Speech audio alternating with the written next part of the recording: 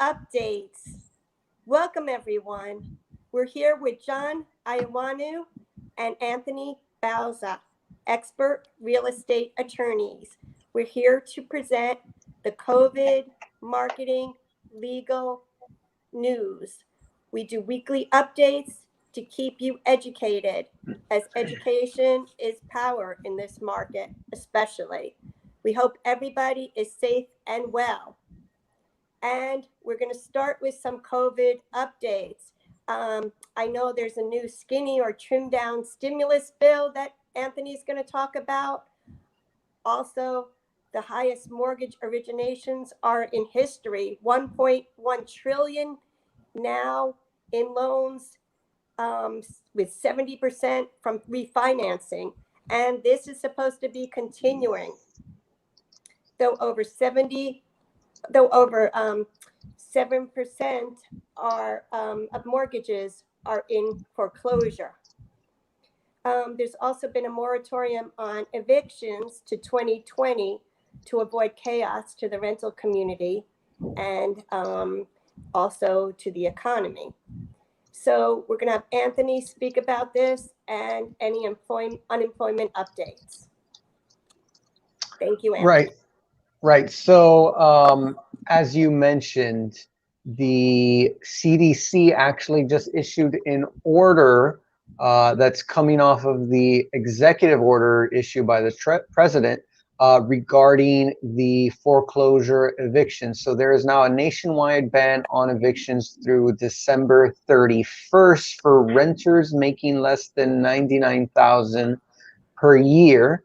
The CDC order is set to cover up to 40 million residential renters to temporarily stop evictions, and they're doing this on the basis of preventing further spread of COVID-19. So if someone gets evicted, they have nowhere to go. They'll most likely be living in close quarters, let's say at a friend or a relative's, or if they have to go to a shelter of some sort. So in order to prevent that, they have issued this new ban. The obligation to pay rent is not waived. It's basically just delayed for the time being. So the rents will eventually come due. And they have also enacted some criminal penalties and fines for landlords who violate this order. In regards to unemployment, FEMA has approved the additional $300 for the state of Florida. They've so far guaranteed an additional $300 weekly benefit to those who are unemployed. It'll be retroactive to August 1st. So if on August 1st you're receiving at least $100 of unemployment benefits, you'll be eligible for an additional $300 for 3 weeks. Since this money is coming from FEMA's disaster relief fund, and that fund needs to be available for potential disaster relief.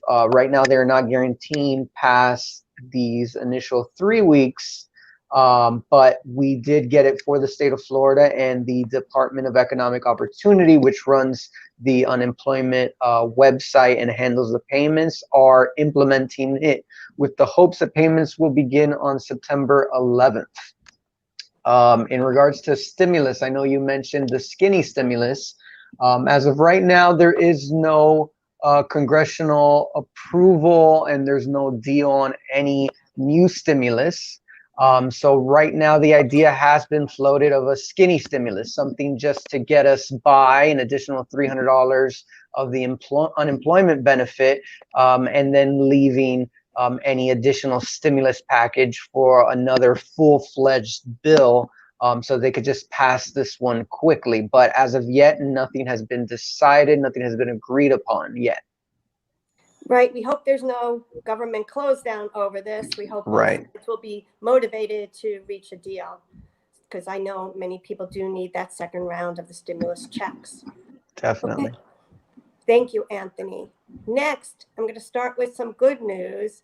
There's been gloom and boom news, and they're calling spring the new fall because they say the activity is going to continue. So that's good news. And sales of homes have increased 23% over last year. Zillow reports that remote workers create 2 million new buyers who could afford monthly payments as a new home starter buyer, but not in the current metro areas. So I would like John to elaborate on that and the fact that cities are in fact not dead. Yeah, basically, like you said, sales of homes are really increasing a lot compared to condominiums. Basically, the stay-at-home orders are making people realize that they need more room. And also, since the cities are closed, there's not much shopping to do, or dining, or to see a show. The people are moving out of the cities and into the homes. So what we're also seeing is purchases with mortgages. Those are up by 29% year over year. And basically, that's because of the incredibly low interest rates. They're now in the 2s and 3s, which are really crazy low. We're seeing a lot of those people from the Northeast coming to Florida. I'm sure people have seen the population growth numbers for Florida.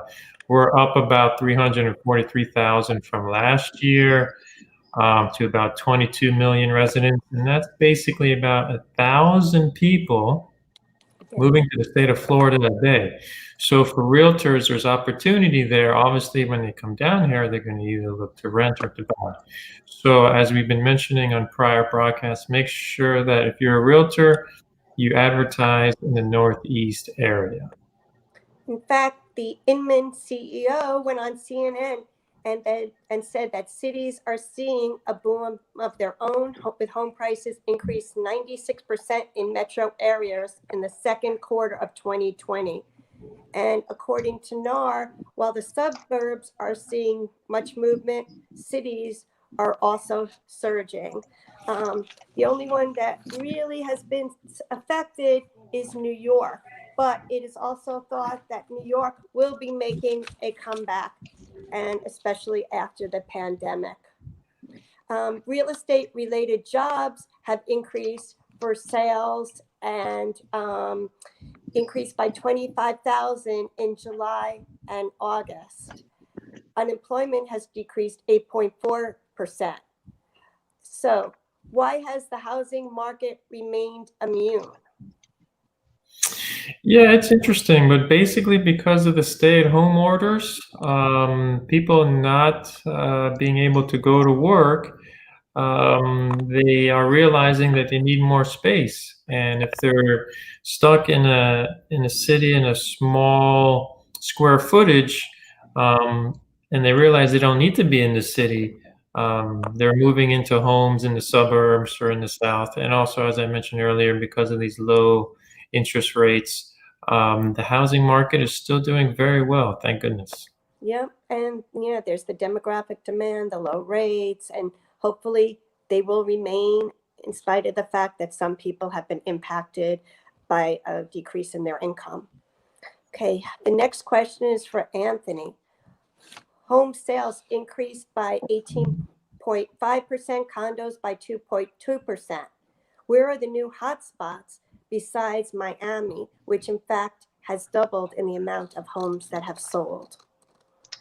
Right. So as you mentioned, if we look at Miami-Dade, we've experienced a year-over increase of 18.5% and 2.2%. But according to a Douglas Elliman and Miller Samuel report for August, new signed contracts have doubled for Broward. So in Broward, we're seeing 135.6% increase for single family homes and 161.1% increase in growth for condos. This comes as no surprise as we're seeing now the market shift.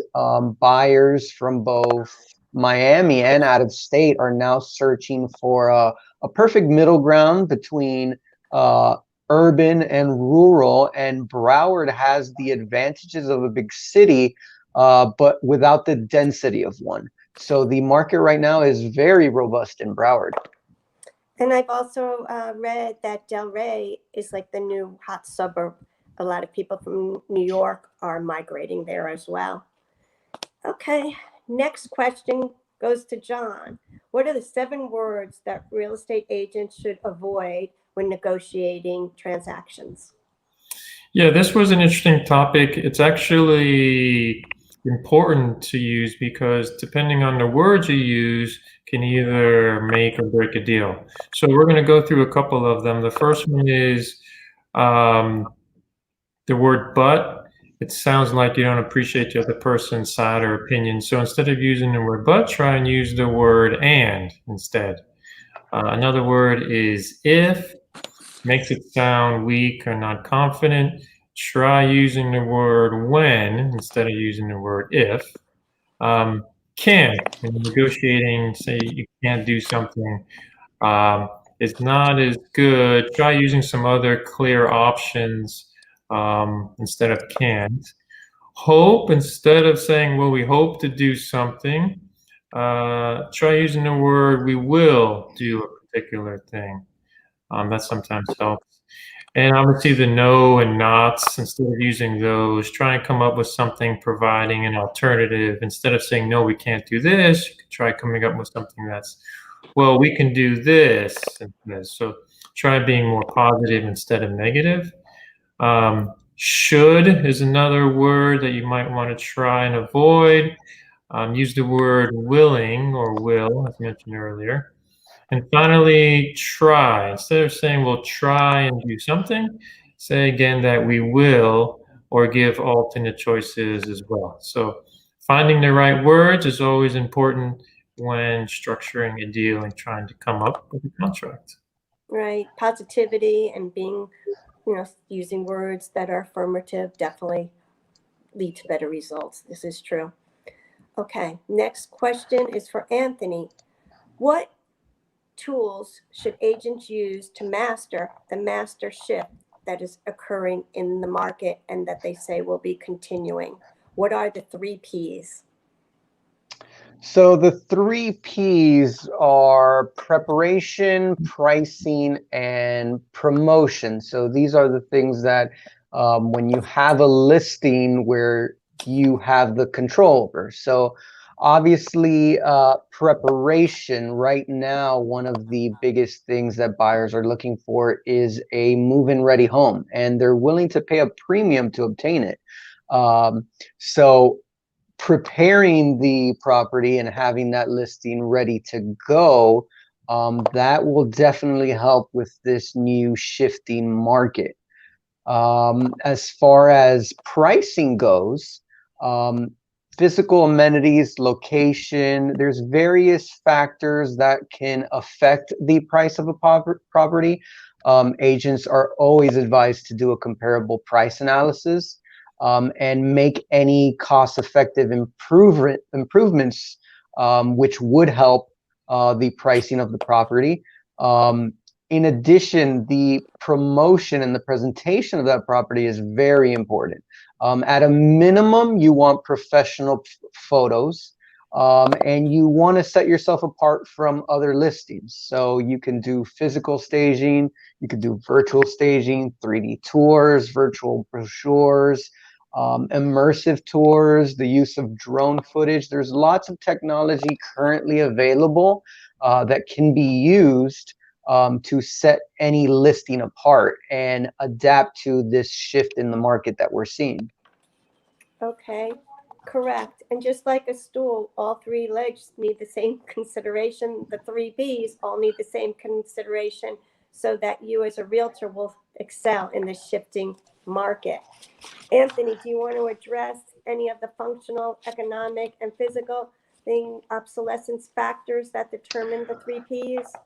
Right. So the obsolescence factors that you would want to focus on, there's functional, economic, and physical. So as far as functional obsolescence, that would be diminishing desirability based on factors that you cannot fix or cannot be fixed inexpensively. For example, if a home only has 1 bathroom and all the properties around it have 2 or more, that's something that's not really able to be fixed easily or inexpensively.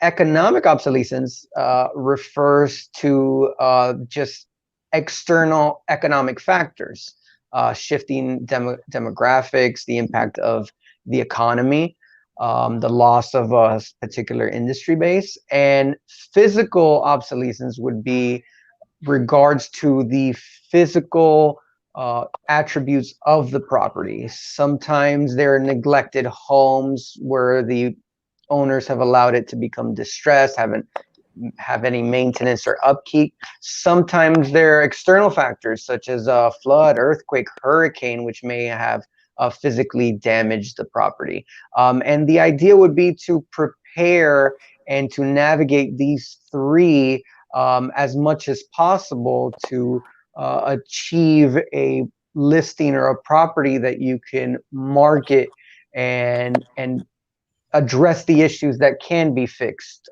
inexpensively and bring it up to value. Correct. An extensive upgrade should be contingent upon you discussing this with the seller, and also Right. based on the price and the value of the home to see what is worth, doing to be able to sell the home faster. And yes, as Anthony said, any novel tools and technology that can help you, including the drone, even 3D and immersion tours, virtual opens and tours, and so forth, are worth investing in based on the value of the home. Okay, the next question is for John. How is Move Easy a good and different innovation in this market? Yeah, basically, Move Easy is a tech relocation service. It deals with moving for buyers if a client has a buyer. It uses direct and authorized communications with insurance companies, moving companies, digital services, utilities, and energy, and also security. So it's a tool that realtors can offer their clients when they're moving. We don't endorse them, we haven't used them before, but it's always good for realtors to check out different tools when assisting their buying clients. Very good. All right, and then I'm going to talk quickly about some novel tools that we can assist you with. And next time we're going to get more into branding and marketing tools to help put you ahead of the curve. We work with a digital marketing company where you can buy digital plug and play that will geo-target, geo-fence, and help you to create digital flyers and ads to certain zip codes and subdivisions, in which you would buy digital media a little over cost. And instead of focusing just on volume, it goes into a more specific targeted audience, which would be a benefit to you when listing a home. And if you have tools such as this and the virtual tours, opens, 3D tours that we can assist you with via a professional that we work with, immersion tours, virtual staging, virtual and or live opens, this will help you, especially in this market. And we also have the digital business cards that have a landing page and lead capture all in one. So please contact me about any of these tools, and please feel free to contact us at Florida Closing and Escrow, 305-720-2844 or 1-800-FL-CLOSE. And for general questions, 786-787-0425. John and Anthony and I are happy to help you to close more deals. The attorneys will help you structure deals. We will do closing safely under the guidelines in our office or curbside or any location needed.